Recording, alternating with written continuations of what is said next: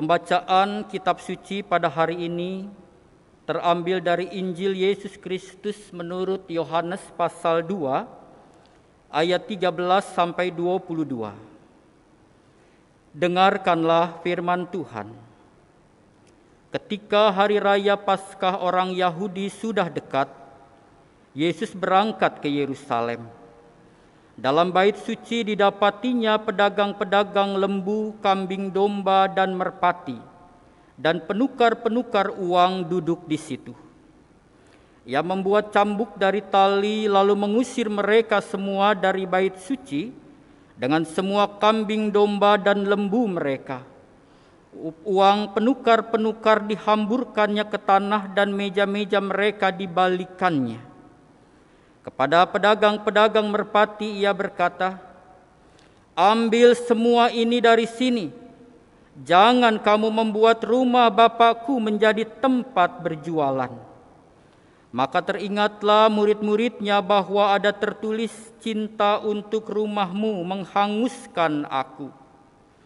Orang-orang Yahudi menantang Yesus, katanya, "Tanda apakah dapat engkau tunjukkan kepada kami bahwa engkau berhak bertindak demikian?" Jawab Yesus kepada mereka, "Rombak bait Allah ini, dan dalam 3 hari aku akan mendirikannya kembali." Lalu kata orang Yahudi kepadanya, 46 tahun orang mendirikan bait Allah ini dan engkau dapat membangunnya dalam 3 hari. Tetapi yang dimaksudkannya dengan bait Allah ialah tubuhnya sendiri.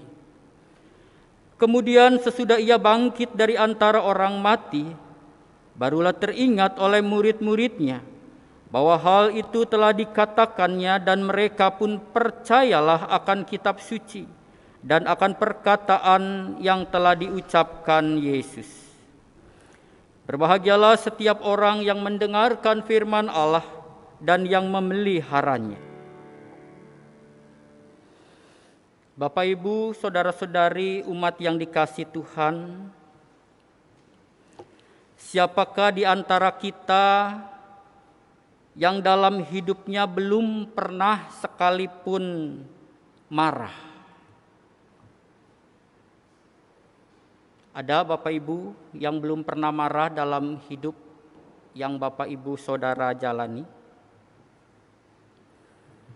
Saudara kekasih Tuhan, setiap orang pasti pernah marah. Dan setiap orang tentu boleh marah. Tapi kalau bisa, saudara-saudara, janganlah kita menjadi orang yang pemarah atau menjadi tukang marah. Artinya orang yang selalu marah terhadap apapun, selalu marah kepada siapapun, dan dalam situasi apapun. Karena kemarahan seperti itu hanya akan merusak diri kita sendiri dan orang-orang di sekitar kita. Bapak, Ibu, saudara-saudari kekasih Tuhan, bila marahlah pada waktu yang tepat. Bila marahlah di tempat yang tepat. Marahlah dalam situasi yang tepat. Marahlah bukan hanya untuk kepentingan sendiri, tetapi marah untuk kebaikan dan kebenaran. Itulah yang dinamakan marah yang kudus, saudara-saudara. Marah yang bukan menyebabkan kita jatuh ke dalam dosa. Bapak, Ibu, saudara-saudari yang dikasihi Tuhan, itulah kemarahan yang dilakukan Yesus di dalam kisah yang kita baca dalam perenungan pagi hari ini. Dan apabila kita meneliti kitab Injil, dalam seluruh Injil, saudara-saudara, kemarahan Yesus dicatat hanya sekali saja, yaitu pada peristiwa membersihkan bait suci dari para pedagang atau para penyamun yang mencari keuntungan. Dan itu saudara-saudara bisa kita perhatikan bukan saja dalam Injil Yohanes tetapi di dalam ketiga Injil lainnya, yaitu Injil Sinoptik. Dalam Injil yang kita baca, saudara-saudara, kemarahannya dikisahkan demikian. Menjelang hari raya Paskah orang Yahudi, dikatakan Yesus berangkat ke Yerusalem. Lalu ketika ia masuk ke dalam bait Allah, didapatinya ada pedagang-pedagang. Pedagang lembu, kambing domba, merpati, penukar-penukar uang ada di situ dikatakan. Mungkin kalau kita bayangkan saat itu tempat ibadah, bait Allah pelatarannya sudah seperti pasar saja. Maka dikatakan di dalam kisah yang kita baca, ia membuat cambuk dari tali lalu mengusir mereka semua dari bait suci dan mengobrak-abrik para perdagangan mereka. Dan ia katakan, ambil semuanya ini dari sini dan jangan kamu membuat rumah Bapakku menjadi tempat berjualan. Pertanyaannya, saudara-saudara, mengapa Yesus sampai marah sedemikian rupa? Bahkan itu dikatakan marah yang hanya satu-satunya dicatat dalam Injil. Emang kenapa berjualan di bait Allah? Apa yang salah dengan berjualan di bait Allah dan di mana salahnya? Apa hak Yesus? Dan apa kepentingannya ia marah? Saudara-saudara, itulah yang ditanyakan orang-orang Yahudi yang menentang Yesus. Katanya, tanda apakah dapat engkau tunjukkan kepada kami bahwa engkau berhak bertindak demikian? Saudara-saudara yang dikasihi Tuhan, semua pertanyaan-pertanyaan itu terjawab melalui kisah dalam Injil Yohanes yang kita baca. Dan kalaupun kita mau meneliti ketiga Injil sinoptik lainnya di dalam Perjanjian Baru, kita akan dapati, saudara-saudara, paling tidak saya mendapati 3 alasan mengapa Yesus marah. Yang pertama, saudara-saudara, Yesus marah karena bait Allah dikatakan adalah rumah Bapakku. Itu tercatat di dalam ayat yang ke-16. Dan kalau kita melihat Injil Matius, dikatakan rumah Bapakku itu adalah rumah doa. Bukan sarang penyamun tempat mencari keuntungan yang tidak wajar dengan memperdaya orang-orang atau umat yang hendak beribadah kepada Tuhan. Ia marah karena ia tidak ingin rumah doa, rumah ibadah diselewengkan menjadi sarang penyamun. Bapak, Ibu, saudara-saudari yang dikasihi Tuhan, bila kita melihat pada zaman ini, dalam kehidupan kita, apakah fenomena seperti ini, orang-orang yang mempergunakan rumah ibadah menjadi sarang penyamun, itu ada pada zaman sekarang? Rumah ibadah menjadi ajang tempat korupsi. Rumah ibadah menjadi tempat untuk mencuci uang hasil korupsi dan segala macam bentuk-bentuk mencari keuntungan di dalam kehidupan ini. Dan itu, saudara-saudara, bisa saja terjadi bukan saja di rumah-rumah ibadah agama-agama lain, tentu juga bisa terjadi di dalam gereja. Itulah sebabnya Yesus marah. Alasan kedua, Yesus marah karena ia, saudara-saudara, sangat mencintai bait Allah. Ayat 17 mengatakan, teringatlah murid-muridnya bahwa ada tertulis, cinta untuk rumahmu menghanguskan aku. Kecintaannya pada bait Allah membuat dia tidak bisa tinggal diam melihat segala penyimpangan dan penyelewengan yang dilakukan oleh orang-orang yang hanya mencari keuntungan dengan mengatasnamakan agama dan mengatasnamakan Tuhan. Saudara kekasih Tuhan, bukankah orang-orang semacam ini juga dapat kita jumpai di mana-mana? Mencari keuntungan atas nama agama, bahkan atas nama Tuhan. Bukankah dalam dunia politik hal ini marak, saudara-saudara? Ini terjadi pada agama apapun, termasuk agama Kristen. Dan ini juga termasuk di dalam gereja. Itulah sebabnya Yesus marah. Alasan ketiga, saudara-saudara, kita dapati Yesus marah karena bait Allah adalah gambaran tubuhnya sendiri yang akan mati dan bangkit kembali 3 hari setelah kematiannya. Bisa kita perhatikan ayat 19 sampai 22. Itulah sebabnya ia berhak marah bila tubuhnya sendiri dicemari dengan segala perbuatan dosa yang memuaskan keinginan dan kepentingan diri sendiri. Bapak, Ibu, saudara-saudari kekasih Tuhan, bila Yesus menyamakan bait Allah sebagai tubuhnya sendiri, maka bila kita perhatikan pengajaran Rasul Paulus menyebut tubuh Kristus adalah gereja. Memang terutama bukan tempat ibadah dalam arti gedungnya.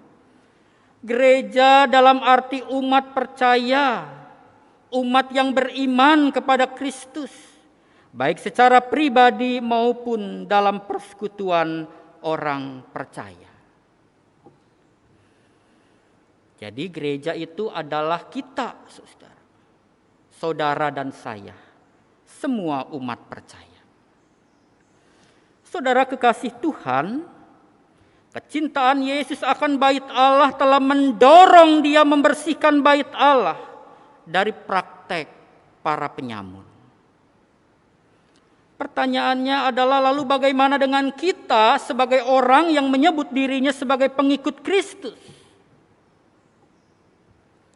Apakah kecintaan kita pada gereja sebagai tubuh Kristus itu juga akan mendorong kita menjaga gerejanya dari segala perbuatan-perbuatan yang menyimpang?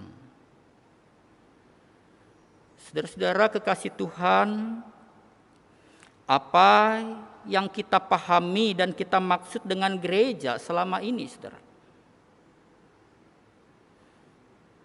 Saudara kekasih Tuhan, gereja berarti bila kita melihat konteks atau teks bacaan kita yang disebut sebagai bait Allah dan yang Yesus katakan adalah tubuhnya sendiri. Gereja pertama-tama berarti tempat ibadah memang, yaitu tempat perjumpaan manusia dengan Tuhan.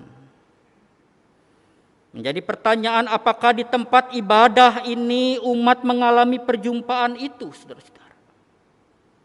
Apakah di dalam gereja, gedung gereja, tempat ibadah ini ada setiap umat merasa dilayani dan dihargai sebagai manusia? Sebagaimana Allah mencari umat yang berdosa bukan untuk dihakimi, tetapi dikasihi dan diampuni. Bukan hanya dalam upacara-upacara ibadah seperti hari Minggu ini, tetapi justru di dalam kesehari-harian. Apakah setiap orang yang ada di tempat ibadah merasakan betapa ia berharga di mata Tuhan melalui apa yang kita lakukan dan kita perlakukan di dalam kehidupan ini? Kedua, saudara-saudara, gereja berarti para pejabatnya. Para pejabatnya atau para penata layan yang ada di dalamnya. Itu berarti gereja adalah majelis jemaat, saudara.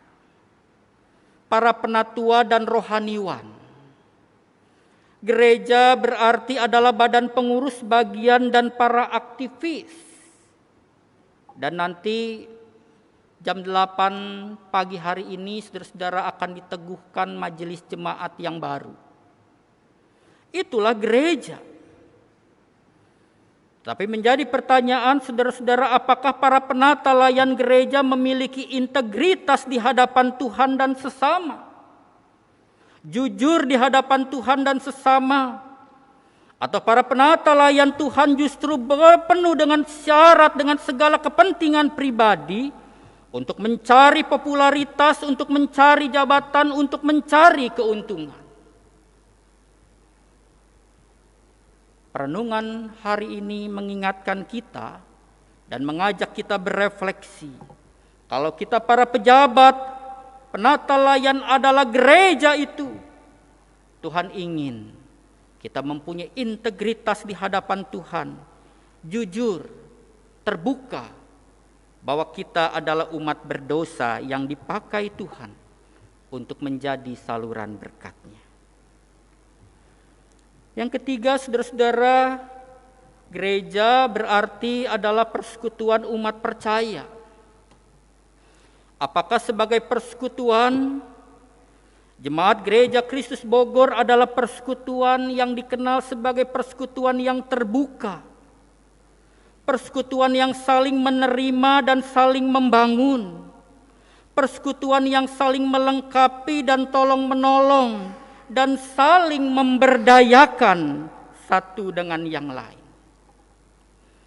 Atau saudara, Gereja Kristus Bogor dikenal sebagai persekutuan yang tertutup dan eksklusif. Bahkan di dalamnya orang mendeteksi adanya saling menjatuhkan dan saling memanfaatkan, saling memperdaya demi kepentingannya sendiri. Apakah seperti itu, saudara? Yesus marah ketika gereja dicemari oleh hal-hal yang demikian. Yang keempat, saudara, gereja berarti juga adalah setiap pribadi orang percaya. Sebagai tubuh Kristus, saudara dan saya secara pribadi adalah gereja. Apakah setiap kita telah menjaga saudara-saudara kekudusan hidup kita? Karena kita menyadari diri kita adalah gereja dan Roh Kudus hadir dan berdiam di dalam tubuh kita. Apakah sebagai gereja setiap kita saudara-saudara menjaga hati dan motivasi yang murni dalam melayani Tuhan, dalam mengikut Tuhan? Apakah sebagai pribadi kita menjaga sikap kita, perkataan dan perbuatan kita dalam kesaksian dan pelayanan keseharian hidup kita? Apakah sebagai pribadi, sebagai gereja kita hidup jujur, kerja keras, dan setia dalam keluarga dan pekerjaan? Atau saudara, kita malah menjadi batu sandungan bagi orang-orang yang mau datang kepada Tuhan? Saudara yang dikasihi Tuhan, bila kita mencintai Tuhan dan gerejanya, maka kita akan menjaga gereja Tuhan ini, yaitu segenap penata layan dan seluruh umat percaya di dalamnya, dari segala bentuk penyimpangan, agar gerejanya tetap menjadi garam dan terang bagi dunia di sekitar. Tuhan mencintai gerejanya, dan Dia ingin saudara-saudara kita juga mencintainya juga, dan menjaga gerejanya dari segala bentuk penyimpangan yang mungkin terjadi. Kiranya firman Tuhan menerangi hidup kita, dan Roh Kudus menolong kita untuk melakukannya. Amin.